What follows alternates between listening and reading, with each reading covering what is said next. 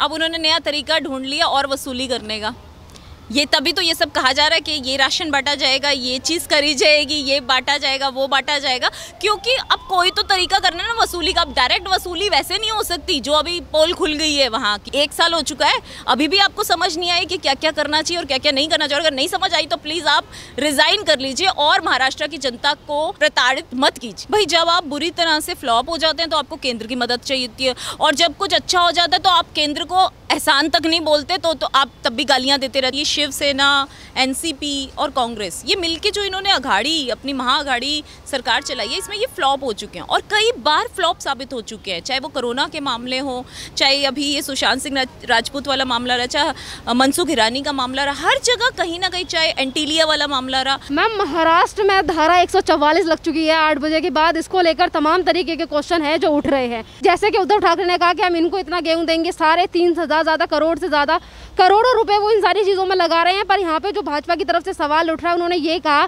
कि इतना पैसा, आप इतना ज्यादा पैसा हॉस्पिटल में भी लगवा सकते थे, बेड में भी लगवा सकते थे, उन सारी चीजों को लेके इंतजाम क्यों नहीं है? मुझे लगता है ये शिवसेना, एनसीपी और कांग्रेस ये मिलके जो इन्होंने अघाड़ी, अपनी महाअघाड़ी सरकार चलाई है, इसमें ये फ्लॉप हो चुके हैं और कई बार फ्लॉप साबित हो चुके हैं। चाहे वो कोरोना के मामले हो, चाहे अभी ये सुशांत सिंह राजपूत वाला मामला रहा, चाहे मनसुख हिरानी का मामला रहा, हर जगह कहीं ना कहीं, चाहे एंटीलिया वाला मामला रहा, बहुत जगह फ्लॉज देखे गए हैं, बहुत जगह ऐसी चीज़ें देखी गई हैं जो किसी सरकार के टाइम में इतनी बुरी हालत with in couple of months, मतलब कुछ ही महीनों के अंदर दे दबादब एक के बाद एक महाराष्ट्र की इतनी पोल खुली है, महाराष्ट्र के मुख्यमंत्री की इतनी पोलें खुली हैं, इस महाअघाड़ी पार्टी की इतनी पोलें खुली हैं कि उसके बावजूद भी आप अभी तक टिके हुए हैं, आपने रिज़ाइन नहीं किया। तो यही अपने आप में बहुत बड़ी बात है। कोरोना के केसेस में वो केंद्र को ब्लेम करते हैं। मुझे ये बात नहीं समझ आती, केंद्र ने एक अपनी एजेंसी बना रखी है जो कोरोना की एक टीम है जो कोरोना को विजिट करती है, कोरोना के केसेस कहाँ बढ़ रहे हैं, सलाह देती है वो हर राज्य के मुख्यमंत्री को कि आपका यहाँ आपने गलत किया है तो आपको इन चीज़ों को सुधारना है, इन प्रोटोकॉल्स को वहाँ पर फॉलो करवाना है जनता से। यहाँ तो आप साबित करते हैं, केंद्र को बोलते हैं कि केंद्र ने जान के ऐसी टीम्स बनाई हैं जो हम लोगों को, मतलब जो ऑपोजिशन वाले हैं उनको टारगेट करके इनकी कोरोना की टीम जो है एसआईटी, वो हमारे लोगों को बोलती है अरे भाई केसेस भी तो तुम्हारा ही ज़्यादा है। हम लोग आज से नहीं, 6 महीने पहले भी मैंने कई इंटरव्यूज़ दिए, उसमें यही बोला था कि जो केंद्र की तरफ से बैठाई गई है, एक टीम बनाई गई है, उन्होंने रिपोर्ट दी है 3-4 राज्यों में बहुत वर्ष हालत होने वाली है अगर वो लोग नॉर्म्स को फॉलो नहीं करेंगे कोरोना के। और उनमें सबसे ऊपर था महाराष्ट्र, उसके बाद दिल्ली था, छत्तीसगढ़ और ये अपना राजस्थान और एमपी, ये 4-5 राज्य थे, गुजरात लास्ट में था। ये 5-6 राज्य थे जिनको बोला गया। बाकी मुख्यमंत्रियों ने तो सुना माना, कुछ लोगों ने, इवन पंजाब का भी था उसमें नाम, लेकिन कैप्टन अमरिंदर सिंह ने सुना माना। लेकिन महाराष्ट्र की गवर्नमेंट तो सुन के राजी नहीं होती। मुझे समझ नहीं आता कि आप क्या साबित क्या करना चाहते हैं। आप हर जगह फ्लॉप साबित हो रहे हैं, जनता आपको छोड़ चुकी है, नकार चुकी है। चाहे आपने बहुत सारा, मतलब कोरोना भी इतना बढ़ा दिया, जब बहुत बढ़ जाता है तो कहते हैं केंद्र की गलती है, वो हमें उतने टीके नहीं दे रहे।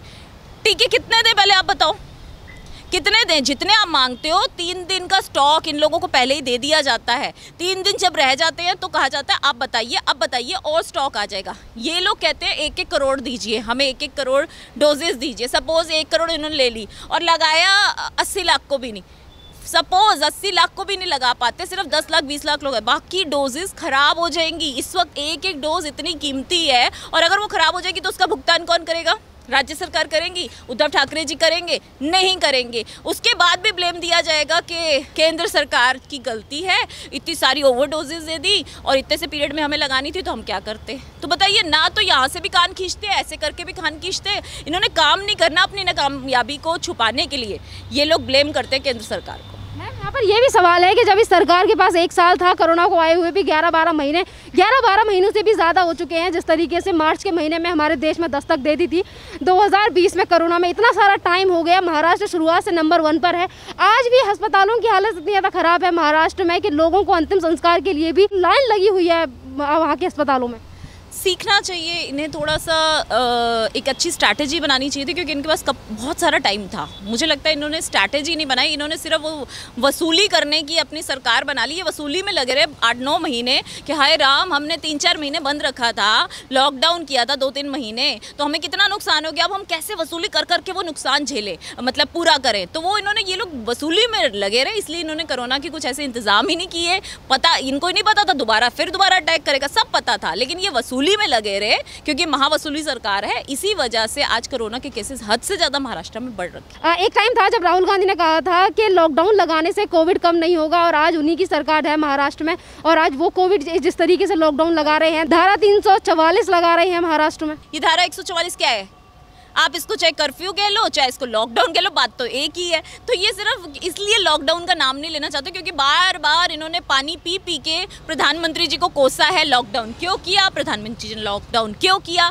दे दे के पानी पी पी के, जैसे कहते हैं ना, कोस कोस के अब ये थक चुके हैं। अब ये सोच रहे होंगे अगर हमने अब लॉकडाउन बोला तो लोग हमें कोसेंगे, इसलिए ये लॉकडाउन शब्द का इस्तेमाल नहीं कर रहे। अल्टीमेटली है वहाँ पर लॉकडाउन ही, ये धारा 144 का इस्तेमाल कर रहे हैं। लेकिन आज मैं पूछती हूँ राहुल गांधी जी से, उद्धव ठाकरे जी से और एनसीपी के नेता शरद पवार जी से, आप तो बड़ा चिल्ला चिल्ला के बोल रहे थे प्रधानमंत्री जी ने जो डिसीजन लिया वो सही, जबकि उस वक्त की नज़ाकत यही थी, प्रधानमंत्री जी ने सही डिसीजन लिया था, क्योंकि हमारी हेल्थ को लेकर इतनी अच्छी नहीं थे हमारे यहाँ। बाहर वाले भी फ्लॉप हो गए जिनके वहाँ हेल्थ केयर इतना अच्छा होता है, हाँ, और हमारे यहाँ तो ऐसा कुछ भी नहीं था सुविधाएं। तो वो लॉकडाउन जो था वो जबरदस्ती करना पड़ा, मजबूरी थी प्रधानमंत्री जी की। पूरा दुनिया अवेयर ही नहीं थी, किसी को इस बात का एहसास ही नहीं था ऐसा कोई आएगा, कोरोना कोई वायरस आएगा और ऐसे ऐसे ये सब होगा। सबने एक नया एक्सपीरियंस किया, लेकिन आप तो एक्सपीरियंस कर चुके हो, 1 साल हो चुका है, अभी भी आपको समझ नहीं आई कि क्या क्या करना चाहिए और क्या क्या नहीं करना चाहिए। अगर नहीं समझ आई तो प्लीज़ आप रिज़ाइन कर लीजिए और महाराष्ट्र की जनता को प्रताड़ित मत कीजिए। जिस तरीके की चीज़ें महाराष्ट्र में देखी जा रही हैं, लगातार प्रतिदिन जिस तरीके से केसेस बढ़ते जा रहे हैं, उसको लेकर अभी धारा 144 जो लगाई गई है, उद्धव ठाकरे ने कहा है कि लॉकडाउन नहीं है, कर्फ्यू है और इतने लोग बाहर निकलेंगे और इतने लोगों को हम सुविधाएं देंगे। इसको लेकर भी लोगों की तरफ से एक सवाल उठ रहा है। लोगों ने कहा कि इतना पैसा तो आप लोगों के लिए लगा रहे हो, पर इससे भी ज़्यादा पैसा तो जो पार्षदों के घर रिन्यू करवाने में आदित्य ठाकरे लगा रहे हैं, उसका जवाब कब दोगे? देखिए, ये सीधी सीधी बात है ना, अब उन्होंने नया तरीका ढूंढ लिया और वसूली करने का। ये तभी तो ये सब कहा जा रहा है कि ये राशन बांटा जाएगा, ये चीज़ करी जाएगी, ये बांटा जाएगा, वो बांटा जाएगा, क्योंकि अब कोई तो तरीका करना है ना वसूली का। अब डायरेक्ट वसूली वैसे नहीं हो सकती, जो अभी पोल खुल गई है वहाँ की कि पुलिस से वसूली करवाते थे। तो अब ये दूसरा तरीका इन्होंने अपनाया है, राशन में वसूली, कई और चीज़ों में वसूली, क्या कहते हैं, डोजेज़ में वसूली, इंजेक्शंस में वसूली, हर चीज़ में ये लोग वसूली करना जानते हैं। बस नए नए बहाने ढूंढ लेते हैं, नए नए नाम ढूंढ लेते हैं। जो लॉकडाउन लगाया गया, यानी कि जो कर्फ्यू लगाया गया, इस बात से आप क्या समझते हो? ये लॉकडाउन ही है, इसे कर्फ्यू का नाम बस दिया गया है। और मैं यही कहूँगी कि आप थोड़ी अपने आप को सीख लेते 1 साल पुरानी वाली चीज़ों से, क्योंकि सब जगह ये सेकंड वेव जो है ये सब जगह ही आ रही है और हर राज्य के लिए में केसेस बढ़ रहे हैं। लेकिन अगर आपके इंतज़ाम अच्छे होंगे तो थोड़ा सा बढ़ेंगे, लेकिन आप उन्हीं को वहीं रोकथाम कर सकते हो। तो यहाँ फ्लॉप साबित हो गए हो। पूरे जो आज तक के टोटल 1.25 लाख 1.5 लाख केसेस हुए हैं, उनमें से आधे से ज़्यादा तो महाराष्ट्र के, या 60% महाराष्ट्र के केसेस हैं। तो आप कहाँ अच्छे साबित हो रहे हो?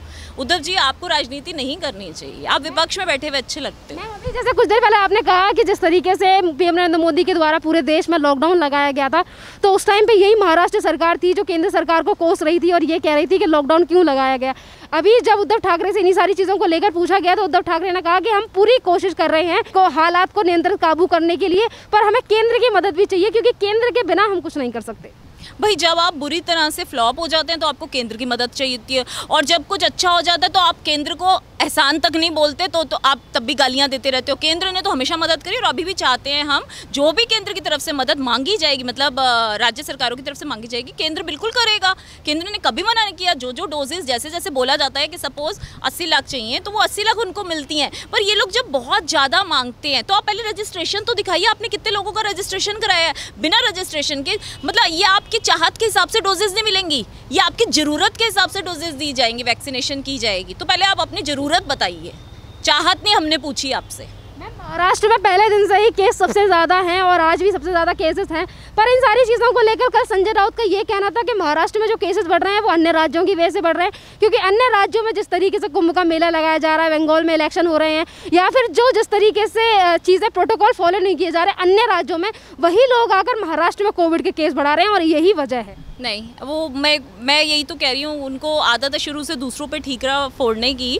लेकिन हाँ, ये है कि अगर आपको ऐसा है तो आप किसी को परमिशन मत दीजिए, आप जाने। हाँ, तो आप उन चीज़ों को पहले आपने प्रोटोकॉल जो कोरोना बिहेवियर होता है वो कितना कुछ आपने फॉलो करवा लिया है। जब आप उसमें फ्लॉप रहे आज, तभी केसेस इतने बढ़े। आप वसूली ना करते, आप कुछ काम करते ना, तो आज केसेस इतने नहीं बढ़ते। इन्होंने सिर्फ वसूली करी और आज भी ये वसूली की जगह कुछ और तरीका इन्होंने नया निकाला है, वसूली अब भी कर रहे हैं। मैम ये भी बात है कि शुरुआत से ही महाराष्ट्र में काफ़ी सारा टाइम हो गया, 6-7 महीने हो गए, जब उद्धव ठाकरे ने कहा था कि जब कोई भी महाराष्ट्र आएगा तो उसे एयरपोर्ट पे ही कोविड टेस्ट कराना पड़ेगा, कोविड टेस्ट की रिपोर्ट भी लानी पड़ेगी। पर उसके बावजूद भी ये कह रहे हैं कि हमारे यहाँ अन्य राज्यों के लोगों ने आकर कोरोना फैला दिया। कैसे संभव है ये? यही तो उनसे ही सवाल कीजिएगा कि संभव कैसे है, जब आप वहाँ आने वाले हर इंसान का कोविड टेस्ट कर रहे हैं। कोई बस से उतरता तो भी आप कोविड टेस्ट करते हैं, कोई ट्रेन से उतरता तो भी आप कोविड टेस्ट, कोई एयरपोर्ट से बाहर आता तो भी आप कोविड टेस्ट करते, तो फिर कैसे फैल गया कोरोना? ये तो आप ही बताइए ना उद्धव जी।